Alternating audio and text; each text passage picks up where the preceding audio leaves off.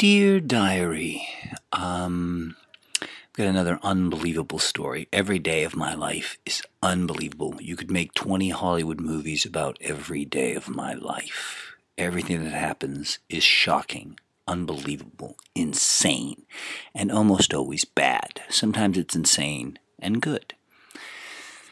It's always insane.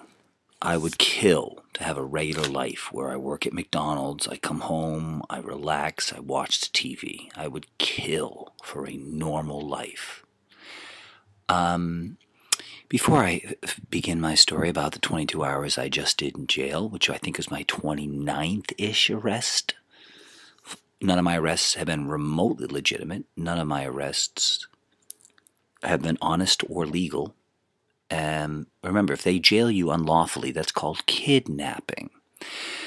Before I get to the story, though, let me remind you that, like all my suffering and pain, it is the fault not of my enemies. It is the fault of my friends, my allies, my team. I used to say friends and enemies are the same thing. I said that in the 70s and 80s. Friends and enemies are the same thing. I was wrong. Friends are a billion times worse than enemies. For lots of different reasons. We'll talk about that some other day. Let's talk about the 22 hours I did in the precinct, the 90th precinct in Brooklyn. My lawyer, like all of my lawyers, has betrayed me endlessly because they can, because all the laws that protect them were written by lawyers. And all of our politicians are lawyers. And Shakespeare said a long time ago that we should kill all lawyers. And people, conservatives and liberals alike, say we need to do something about lawyers. They, just like the Nazis blamed everything on Jews, we should be rounding up lawyers and killing them all. They have destroyed, now not all lawyers are bad, but as a general rule, they're bad. And they have to be bad. Their whole purpose of existence is corrupt, right? We don't need lawyers. You go small claims court, people get up and they just tell both sides of their stories. Ta-da! We have lawyers for the purpose of protecting lawyers, and that's why they write our laws in legalese, so regular people can't understand what the fuck it is. So the lawyers keep themselves employed. Everything in this world is dirty and corrupt, and you're slowly learning that, but it's worse than your wildest fears. So, my lawyer, Jess Berkowitz, like one of the worst lawyers I've had, but they're all unfathomably bad. Remember, they're not simply bad. They violate federal laws thousands of times a day with impunity. Now, theoretically, you can sue them. Yeah, I'm sure it's going to work out right. I'm going to sue all my lawyers, but who's going to be deciding whether I'm right or wrong? Ooh, lawyers. Oh, do you see any problem with that? Imagine you rape people, and all the judges and juries are your fellow rapists. Well, that wouldn't work too well, would it? That's exactly how they designed the system. That's why I say it should be illegal for judges to make any decisions, because judges are lawyers. They have a conflict of interest. We should have juries decide everything, because they're going to be at least a little more honest. So I got out of Rikers after 100 days of being tortured illegally for speech. And remember, had I been guilty, I wouldn't have done a single day in jail, but because I was innocent, they held me for 100 days to try and break me and get me to plead guilty. They said, if we just keep torturing the fuck out of this guy for 100 days, he'll plead guilty. And I said, I guess you guys don't know me very well. You didn't look me up, you fucking morons.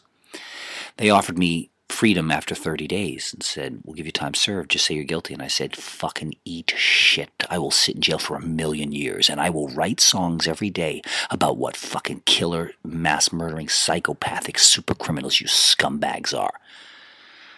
So bring it on. After 100 days, they realized, shit, he wasn't bluffing. And they finally released me.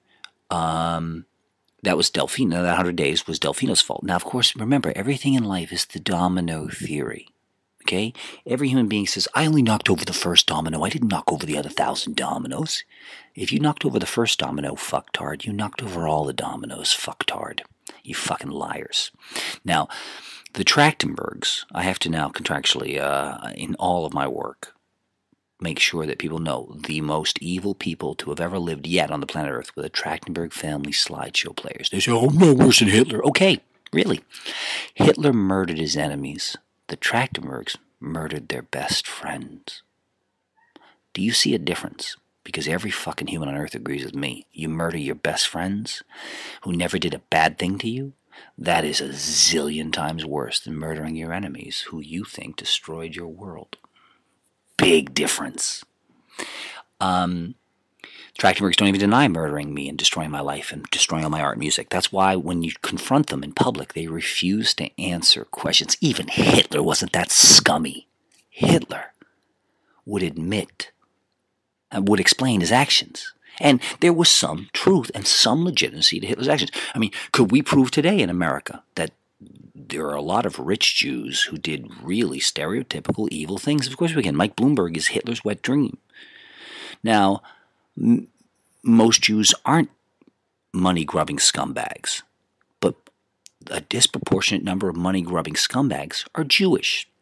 So Hitler did have some validity, right? I dare you, count up the number of Germans in your entire life who ripped you off versus Jews in your entire life. Every human being on earth is going to have the same story. Yikes, not many Germans robbed me, but a lot of Jews did rob me. That's not anti-Semite, you fucking fucktard. My God, to say somebody has brown hair doesn't make me a fucking anti-brunette. You fucking telling the truth is not wrong, you scumbags. But evil people hate it when you tell the truth, and that's why I go to jail, because I tell the truth. The 100 days I just did in Rikers over the summer 2011 was because of one email warning a fellow victim of crime about Delfino's criminal propensity, psychosis, and dishonesty. I was the victim of crime. I tried to warn other potential future victims, and they gave me 100 days in jail. Put that in perspective, the guy who stabbed me 8 times, almost murdered me. He did 5 hours in jail total for being guilty. I did 100 days in jail for being innocent of speech. You can't make up how fucking beyond insane and criminal our government is. Our government isn't, Nazi Germany wasn't even one. Now, I'm not joking. You think I'm exaggerating. Nazi Germany wasn't 1% as dirty as America. And you all forget that. We were doing ethnic cleansing long before Nazi Germany was. We were doing experiments on minorities and vicious physical experiments, Dr. Mengele type shit, before there were Nazis. So fucking shut the fuck up, history books. The greatest evil the world has ever seen yet has been the United States of America, or rather, the Nazi States of America. But you don't know most of the facts, and you don't want to because it's really unpleasant, really ugly.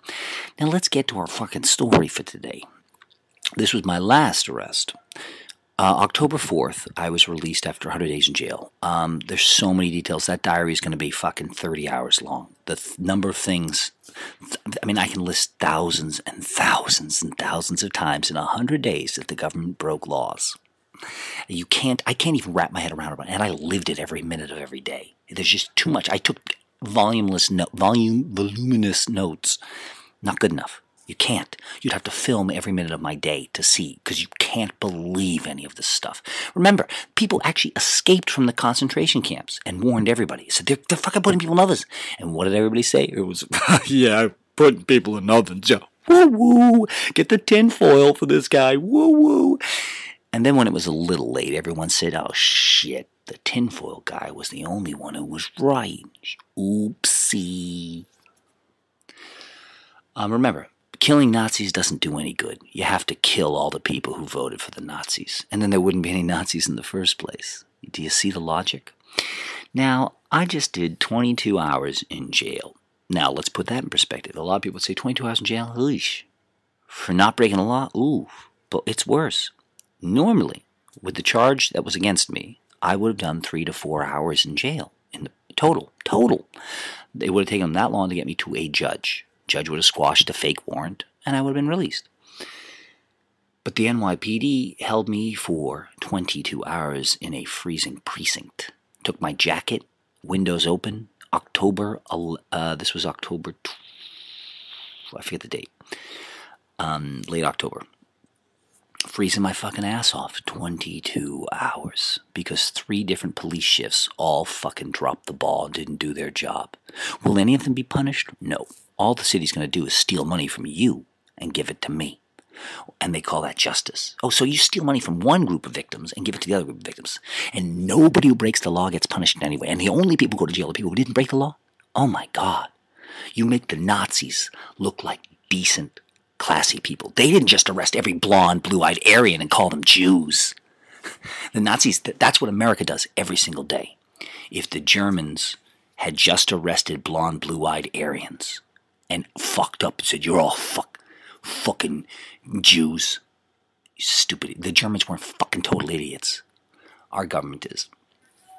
Now, I got out of jail on October 4th. Let me try and not digress, sorry.